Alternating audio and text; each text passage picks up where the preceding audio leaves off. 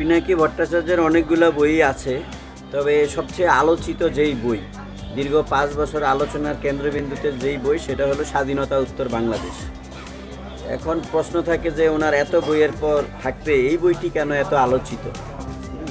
এই বইটি আলোচিত বলতে এই বইটি স্বাধীনতা যুদ্ধ এবং স্বাধীনতা যুদ্ধের যে পরবর্তী ইতিহাস, প্রকৃত ইতিহাস, এবং যে ইতিহাস অনেক লুকিয়ে রাখছে বলা যায় আর কি, না বলা যে ইতিহাস, এমন অনেক ইতিহাস এই বইতে উনি তুলে ধরছে, যার জন্য এই বইটা আলোচনার কেন্দ্রবিন্দুতে ছিল এবং আওয়ামী সরকার এই বইটি নিষিদ্ধ ঘোষণা করছে। স্বাধীনতার পর স্বাধীনতা না 24-এর বিপ্লবের পর 5ই আগস্টের পর এই বইটা লাইমলাইটে আসে এবং এটা ফেসবুক ইন্টারনেটে ভাইরাল হয়ে যায়, যার জন্য এই বইটা লাখ লাখ কপি বিক্রি হয়েছে এবং এখনো হচ্ছে। বইটির বিষয়বস্তুটা কি আসলে?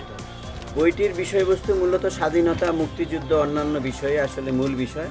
তারপরে উনি যেই বিষয়গুলো এখানে উল্লেখ করছে যে পাকিস্তানিদের আত্মসমর্পণ, ভারতীয় সেনাবাহিনীর নজিরবিহীন লুটপাট, স্বাধীন দেশে ভারতীয় বাহিনী, সিরাজ শিকদার হত্যাকাণ্ড, রণাঙ্গন থেকে ফেরা মুক্তিযোদ্ধারা, ওরা যেই প্রত্যাশায় মুক্তিযুদ্ধ করছে, কিন্তু স্বাধীনতার পর তাদের সেই প্রত্যাশাটা পূরণ হয়নি, তারা ভিন্ন রূপ দেখেছে।